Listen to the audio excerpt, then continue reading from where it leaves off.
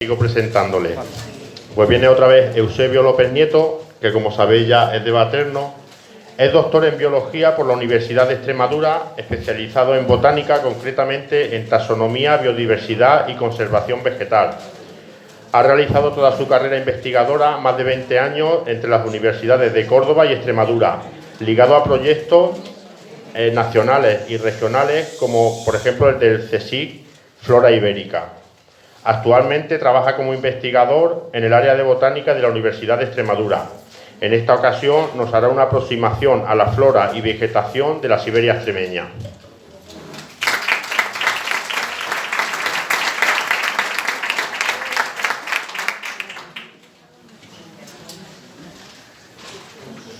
Bueno, buenas tardes de nuevo. A ver, son las 8 menos 10 y vengo a hablaros de botánica. Si fuerais mis alumnos de primero de biología, tenía que atrancar las puertas para que no salierais huyendo, ¿vale? Así que voy a intentar hacerlo ameno.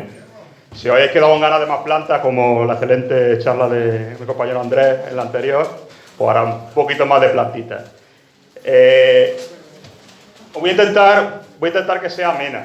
Es verdad que vaya a haber en la presentación muchas palabras técnicas. He intentado reducirlas al máximo. Y también vaya a haber muchos nombres en latín. Es bien sabido que lo único que usan en latín ahora mismo son los curas y los botánicos. Somos los únicos que usamos en latín. Vaya a haber muchos nombres en latín. Mi intención es haberlos quitado, pero también creo que la ciencia es cultura. Y está bien que os habituéis, porque nunca es tarde para aprender, a las herramientas de la ciencia. Y los nombres científicos son una herramienta muy importante para los botánicos, porque son la manera que tenemos que comunicarnos entre todos los botánicos de todo el mundo. Porque, claro, aquí la planta una podemos llamar tamuja, pero un chino no la va a llamar tamuja. Pero el nombre científico va a ser aquí igual que en China. Empezamos. Yo he trabajado mucho tiempo en el proyecto Flora Ibérica y he ido muchas veces, he visitado el herbario. No sé si no conocéis un herbario. Un herbario es una colección de plantas secas, como la que tenéis aquí, presentadas en un papel, y esas plantas duran para siempre, se secan, se deshidratan, se les pone una etiquetita donde se han cogido, y es como una biblioteca grande de la diversidad que tenemos en el país y en el resto del mundo. En el herbario del Jardín Botánico de Madrid hay más de 1.200.000 de estas cosas que tenéis aquí. Y siempre me he dado cuenta, siempre que he visitado, por una razón u otra, que en esta zona, en la Siberia, está muy desconocida.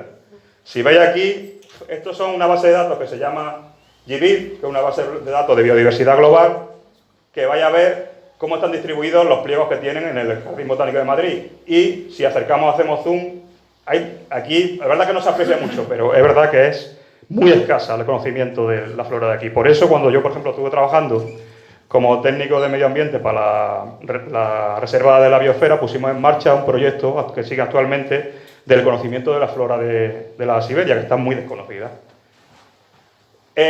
Un pequeño pinceladita del medio físico que tenemos. Tenemos una región la comarca nuestra, que oscila entre los 200 los 700 metros, con la máxima altitud, que ya hablé en la ponencia anterior, de Pico Montilla en 940, pues tampoco tenemos grandes alturas. Eso va a producir que no tengamos diferencia de la vegetación, porque en montaña, si habéis observado una montaña alta, si habéis ido a Gredos, Pirineos y demás, veréis que la vegetación cambia mucho desde la base hasta la cumbre. Aquí no vamos a tener esa diferenciación porque no tenemos grandes alturas. Vamos a tener diferenciación por otros casos. El clima es el clima mediterráneo, como toda la región. Es un clima, pues lo conocéis todos, es un clima que en verano es muy caluroso, muy seco, con las precipitaciones normalmente en invierno, otoño, primavera, y un invierno, a veces dicen invierno suave, depende del invierno. Hay inviernos más suaves, otros inviernos más fuertes. Hay un gran contraste de temperatura. La precipitación no es muy grande, es pequeña, quitando algunas zonas de Extremadura que sí lo es. Y en cuanto a los elementos de terreno que tenemos, en cuanto a las rocas, los suelos, vamos a tener elementos muy antiguos. Normalmente son elementos paleozoicos, son elementos que están de los más antiguos que vamos a tener en la corteza terrestre.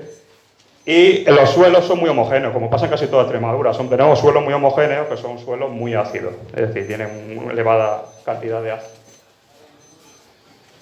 En cuanto a la biografía es la ciencia que estudia cómo se distribuyen los seres vivos en el planeta. Nosotros nos encontramos en la región mediterránea, que aunque se llame así, no es exclusiva del Mediterráneo. Por curiosidad os digo que hay región mediterránea también en Australia, en California o en el sur de África, que también hay regiones mediterráneas y que son muy parecidas. Si veis imágenes de California, os va a recordar mucho a lo que tenemos aquí. Y estas regiones se dividen en provincias, como si fuera un mapa político, igual. Y nosotros nos encontramos en la región provincia carpetano-leonesa, que tiene una... No, perdón, carpetano-leonesa no. En la provincia luso-extremadurense, que tiene una distribución de especies peculiar, por eso se llama así. No voy a meterme mucho más en esto. El medio social. Ya hemos hablado en la introducción de Baterno, ya en la charla anterior ya he hablado que el medio social aquí pues, es un medio principalmente agrario y es una zona evidentemente despoblada. Esto ha provocado que no haya mucha transformación del suelo, aunque como tenéis que quedaros la idea de que la vegetación que vemos ahora no es una vegetación estable. La vegetación siempre cambia, siempre. El ser humano ha estado poblando por todos lados y siempre vamos a encontrar vegetación que creemos que lleva ahí toda la vida, pero así sufre una serie de transformaciones y lo vamos a ver. Siempre vamos a tener un cambio de vegetación según la época. Aquí la formación de las dehesas se debe sobre todo, en la Edad Media empezó con las mestas y después lo que digamos las transformaciones grandes son por ejemplo las plantaciones de pino, que en Garbayuela sabéis muy bien que tenéis la sierra siembra de pino, las repoblaciones que se hicieron en mediados del siglo XX que transformaron mucho el paisaje. Y las dehesas sobre todo, que las dehesas ya sabéis que es una transformación, como ya ha hablado Andrés, humana del terreno, que si se dejara abandonar rápidamente lo recupera el matorral. En esta charla no voy a hablaros de los pinares, porque los pinares no dejan de ser un medio humano, un paisaje humano, ni tampoco voy a meternos mucho en las dehesas, porque también es un medio que es un paisaje cultural, que ya Andrés también ha puesto en valor, que es un paisaje a conservar, pero que digamos que no entra dentro de los bosques naturales. Tenemos una serie de espacios protegidos, bastante. Tenemos varias zonas de red natura, en Embalse, la Sierra de Pela, lo conocéis aquí también, Puerto Peña, Sierra de los Golondrinos, zonas de interés regional, como el Embalse de Orellana, Sierra de Pela, zonas Ramsar, es decir, zonas de humedales, protección de humedales, como es el Embalse de Orellana, y corredores ecológicos como el río Guadalupejo que tenemos aquí arriba. Es decir, tenemos está protegido gran parte de nuestras sierras y otros lugares, por ejemplo, corrientes de agua. Y por supuesto tenemos la Reserva de la Biosfera de la Siberia, que lleva poquitos años y que esperamos que también ayude a mantener y poner en valor, sobre todo, que es su labor, poner en labor nuestro medio natural. Esto va muy relacionado con la cantidad de montes de utilidad pública que tenemos en la Siberia. Tenemos 27 de los 55 montes de utilidad pública de toda la provincia de Badajoz, que es la provincia más grande de España, ya lo sabéis, casi todos están aquí, y el más del 60% en superficie. Es decir, casi todos los montes públicos de la provincia de Badajoz lo tenemos concentrado aquí, sobre todo en la parte norte, sobre la zona de Villarta, Lechosa, sobre todo donde más montes de utilidad pública tenemos. Eso nos habla de que tenemos una zona relativamente bien conservada, pero no tenemos que bajar los brazos. Voy a hablar un poquillo de vegetación. Principales unidades de vegetación. Las formaciones boscosas van a estar dominadas por los quercus, por las quercinias. Es decir, vamos a tener encinares, alcornocales, que pueden ser puros o pueden ser mixtos, melojares, un poquito más raros, no vamos a tener sobre todo en la zona de Villarta, de Lechosa, de Roble, y los bosques riparios de ribera, que son unos bosques muy especiales que están condicionados por la corriente de agua. Estos son los melojares, aquí tenéis un encinar, esto es un alcornocar mixto. Aparte acompaña otros árboles, estos son los árboles dominantes, pero pueden acompañar árboles como los quejigos y otros que hablaremos un poquito más adelante. En cuanto a los matorrales, decir que aquí no tenemos matorrales puros, sí, matorrales climáticos que se llaman en flora. Son matorrales que ya están estables, esos normalmente suelen estar los matorrales de piorno en las altas montañas, de Gredo y demás. Aquí los matorrales que tenemos se llaman seriales. ¿Qué significa eso? Que son matorrales producto de la degradación o la recuperación de un terreno. Es decir, desmontamos un encinar puro y el matorral lo ocupa. Una encina la abandonamos, el matorral lo ocupa. Y según qué componentes tengamos ese matorral, sabemos si es más antiguo, se está recuperando o no. Así, por ejemplo, jarales o jaralbrezales son producto de la deforestación de encinas, de quitar un bosque de encinas. Los madroñales, los jaralbrezales de alcornoque. Los zarzal y los tamujares, pues de quitar en los bosques de ribera. Aunque los tamujares hay alguna duda de que pueden ser un matorral climático, de un matorral estable. Aquí tenéis, por ejemplo, esto sería un jaral de Cistus crispus, de la jara pringosa, tenéis aquí un brezal, tenéis un bosque, aquí no se aprecia bien, esto de aquí de Garbayuela, de aquí de la parte baja de Guadalemar, que es un tamujal, de la tamuja. Y algunos, aquí por ejemplo tenéis brezo, jara o la tamuja, si la conocéis, que pincha un montón, que se utilizaba mucho antiguamente y fue un problema porque se utilizaba mucho para las plantaciones de arbolitos en las ciudades, se arrancaban para que no se lo comieran los animales y casi no acabamos con ellas. En cuanto a los pastizales sí que están dominados sobre todo por nuestras dehesas. Hay pastizales de montaña no tenemos, y vamos a tener pastizales de encinar, de alcornocal, los majadales, que ya que desaparece el estrato arbóreo, que son para el consumo del ganado. Pastizales húmedos, algunas de esas tenemos charcas estacionales, que dan un pastizal diferente. O los pastizales ligados al agua, como los riparios, como por ejemplo que tenemos aquí, la gamonita, los juncos. Y, por ejemplo, aquí estos son pastizales de encinar. Y también la vegetación ruderal urbana, es la vegetación, las plantas que van asociadas al hombre, que le encanta vivir al hombre, el hombre nitrifica mucho el suelo donde vive y es unas plantas que eso le viene estupendo. Que también muchas veces se le llaman malas hierbas, que es una denominación un poco injusta. Otro tipo de vegetación más peculiar son la vegetación que vive en los roquedos. Aquí lo que dominamos son la cuarcita armoricana, y hay plantas que no viven en el suelo o que viven en el suelo, no compiten bien, otras plantas se las comen. Y se las comen en sentido figurado. Y se suben y se refugian en los roquedos, como por ejemplo tenemos estos sedum, estas plantas crasas. Y por supuesto la vegetación acuática, que es una de las vegetaciones más sensibles. Por ejemplo, estos bosques de nenúfar, potamofeton o los ranúnculos que vemos en primavera, todos llenando las charcas con las florecitas blancas. En cuanto a flora, he hablado mucho de vegetación. De flora os voy a comentar algunas de las plantas, de las especies que tenemos aquí de flora amenazada según el catálogo regional de especies amenazadas. La más importante, porque siempre se le da mucha importancia, porque se creía que es una planta exclusiva de Extremadura, aunque ya desgraciadamente no es exclusiva de Extremadura, porque apareció también en las provincias de Córdoba y Ciudad Real, esta orquídea que tenemos aquí de colores verdes claritos, que es muy rara de ver y se considera en peligro de extinción. La Serapia Pérez Chiscano, y ese es el nombre, porque está dedicado a Pérez Chiscano, que fue un botánico muy eminente de Villanueva de la Serena. Vulnerable, con un nivel un poquito de protección un poquito más bajo, pues tenemos los arces de montaña, el acebo, que el acebo en realidad tenemos en el Valle de los Acebos de Villarta, unos cuantos ejemplares y ya está, pero es que el acebo aquí es muy raro, porque el acebo es una planta que vive en la montaña, en Pirineos, en la zona cantábrica y demás, y tenemos unos ejemplares enormes allí en el Valle de los Castaños de Lechosa, perdón, de Villarta. El enebro, que sí que está puesto como vulnerable, pero yo creo que es bastante frecuente. El enebro, lo conocéis todo, que pincha, tiene una bolita, que se utiliza el enebro, por ejemplo, para aromatizar, las semillas se utilizan para aromatizar la ginebra, de ahí viene el nombre. Es muy típico también de nuestra sierra, sobre todo en la zona más solana y con más piedras. O el Sorbus terminale o mostajo, que también aparece en la zona muy reducida, en la zona norte de la Siberia, la zona de Villarta, de Lechosa, que es una rosácea enorme. Y otro de interés especial, pues tenemos el rusco. ¿Os suena el rusco? Hay algunas plantas que se cultivan parecidas a estas que llaman areolas y demás, ¿vale? El rusco. Y hay una pomada que se llama ruscu. ¿Os suena la pomada ruscu? Pues si os suena es porque tenía alguna afectación que yo me sé, ¿vale? El rusco, que es una planta que tiene una curiosidad, que no son hojas, si son unos tallos aplanados y que crece sobre todo en zonas de umbría y en solana también puede aparecer. El brezo de las turberas, que luego hablaré un poquito más. La dedalera, hay una dedalera que la digital. Esta no es esta subespecie, pues no tenía fotos de ella, pero es una muy similar. Las dedaleras son muy bonitas, muy tóxicas.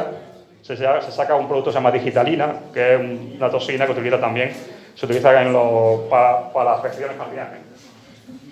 Y después algunos narcisos, de bulbo o orquídeas, ¿vale? Que también tenemos algunas orquídeas curiosas. En cuanto a elementos arbóreos, ya os he dicho, encina, alcornoque, el melojo en menor cantidad, y después tenemos quejigo. Tenemos el quercus-vaginia, quercus canadiense en menor medida. Estos, digamos, son los dominantes. No voy a hablar de todas las especies que hay, pero un poco de variedad. Estos se llaman quercinia, porque son del género Quercus. Esto sería Quercus rotundifolia, Quercus suber, Quercus pirenaica. Se llama Quercus pirenaica y no vive en el Pirineo. Eso fue Linneo, que fue un botánico del siglo XVIII, que le llegó el pliego mal, le puso el nombre pirenaica porque vive en Pirineos, pero no vive en Pirineo. Pasa que los botánicos, como nos gusta tener nombres viejos, los seguimos manteniendo, ¿vale? Otro, pues tenemos sobre todo la vegetación ligada a ribera. Tenemos los fresnos. Por ejemplo, en el río Estera hay unas fresnedas muy bonitas. O aquí, en el río Guadalemar, en la zona Tablacorta, ¿no? La que está aquí, tenéis unas fresnedas espectaculares. Según una bosque de ripario, de los más bonitos del Guadalemar. espectaculares. Los chopos, sobre todo el Populus alba, que en Villarta tienen una variedad local, un villartense. O más raro la raclán, que también es la zona más húmeda de la comarca. La verdad es que tenemos mucha diferencia entre, sobre todo Villarta, el Lechosa y esa parte norte que va al sur, que ya es una zona mucho más húmeda. Matorrales, la jara, ¿no? Cada vez que hay una fiesta de Extremadura le ponemos esta florecita, ¿no? Todas, no es que no hay otra planta en Extremadura, no más que la jara, ¿no? Pues fijaros todas las cantidades de jaras que hay. Conocemos esta que es la jara pringosa, la de las motitas, que no siempre las tiene.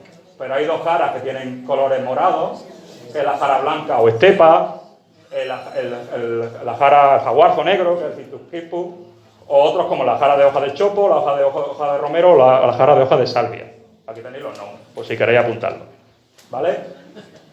Y después otras jarillas, que son matorralillos, que también yo creo que han pasado ya este género. Esto se llama género Ficus, el género de las jaras. Como los galeantes, tienen una forma muy parecida. O esta, la solanta gutata, que en mi pueblo lo llaman la planta madre de las criadillas, porque es la criadilla, el hongo, el que hace simbiosis con las raíces de esta planta y por eso crece ligada a ella. Y cuando aparece es tierra de criadilla.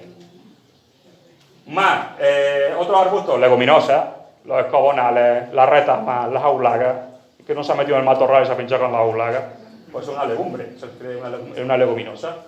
Los pistacheros, tenemos pistachos aquí también. Nuestros pistachos originales son el lentisco, la charneca, ¿no? Como lo llamáis aquí, que es Pistacia lentisco, y la cornicabra, que se llama así porque no sé si habréis visto que a la cornicabra le sale como unos cuernos.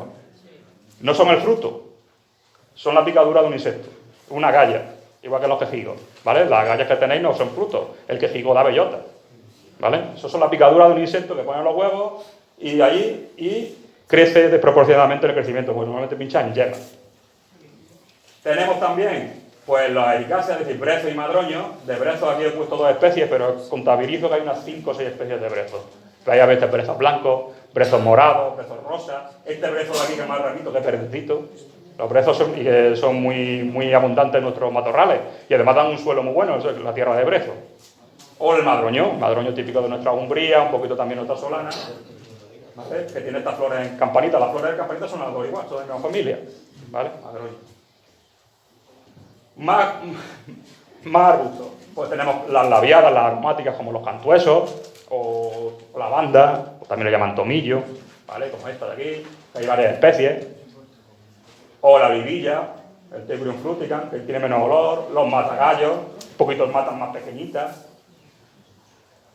Tenemos el labiérnago, este que tenéis aquí, que es de la familia del olivo, que también es muy típico de nuestras zonas más séricas, más secas, un arbusto muy típico. La tamuja, que crece ligado a cauces de agua, como ya hemos hablado. Los enebros, fijaros el enebro creciendo en el alto del Roquedo, son probablemente nuestras plantas más vetustas, las que más años viven. Los enebros se conocen enebros de 2000 y 3000 años, son un elemento a conservar, ¿vale? Y después en los piruétanos, los perales silvestres, o guaperos, que lo llaman en mi pueblo, no sé si aquí lo llamáis guaperos. Es una planta interesante porque marca el tipo de flora que tenemos aquí. Aquí se llaman querceto, bueno, es un nombre raro de fitogeografía, pero la presencia de esta planta, de este matorral, pues nos indica en qué tipo de vegetación estamos. Y después otros de las zonas umbrosas, como el durillo. Tenemos el durillo, que es una planta muy bonita, que se cultiva también como ornamental, o la madreselva, la orniceras. Normalmente es una ornicera impresa, que es una enredadera. Os podía hablar de muchos más matorrales, pero no voy a meter aquí el rollo, porque si no nos vamos aquí y hay una ponencia después. En cuanto a elementos de plantas de herbáceos, de plantitas del suelo, no voy a enrollar mucho. Aquí tenía algunos elementos, hablo de grandes familias. Tenemos la familia de las compuestas, que son las margaritas, los cardos, los dientes de león, que son muy abundantes. La familia de las leguminosas, como los tréboles, las picias, los lapirus. Las monocotiledonas, como el gamón, la fódero, que es el que se utiliza para quemar, como he dicho antes, en Navidad. La gramínea, los jaramagos. Yo lo único que os pido, como curiosidad, cuando paséis por nuestros prados, el próximo mayo, el próximo abril, no solo os fijáis en los bonitos colores que tenemos de las plantas, eso lo digo yo a mis alumnos. Fijaros cómo son las flores, fijaros por qué son las flores así. ¿Por qué esta flor es así? ¿Por qué está así? ¿Por qué están diseñadas de esa forma?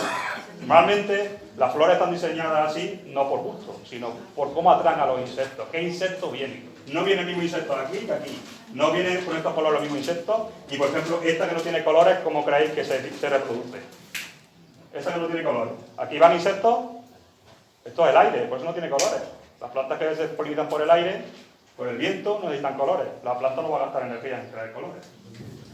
Otra especie de interés, pues mira, conocéis toda la rosa de Alejandría, la Peonebroteroides, una planta muy bonita, que aparece cuando se desmontan nuestros bosques.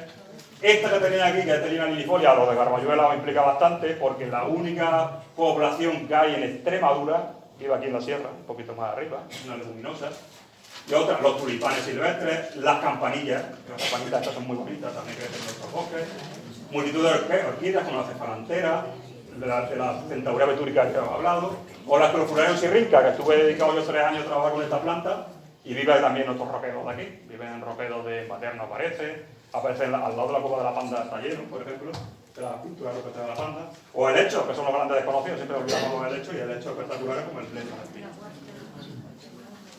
Antes de terminar voy a hablar un poquito de mi proyecto, ¿vale? No quiero meter mucho rollo con él. Y ahora mismo tenemos en marcha un proyecto del plan complementario del Ministerio, llamado así, Diversidad florística en gradiente de perturbación y fragilidad ambiental, el caso de las turberas extrampales de Extremadura. ¿Qué hacemos en este proyecto? Pues estudiamos las turberas de Extremadura. ¿Cómo las estudiamos? Estudiamos su vegetación, estudiamos cómo varía el nivel de agua dentro de la turbera. Ahora explico qué es una turbera. Polinizaciones, qué insectos acuden, qué plantas hay. Estudiamos de cerca, con microscopios, algunos, como estos, los musgos que crecen de turbera, el esfagno. ¿Os suena el esfagno, el musgo de turbera?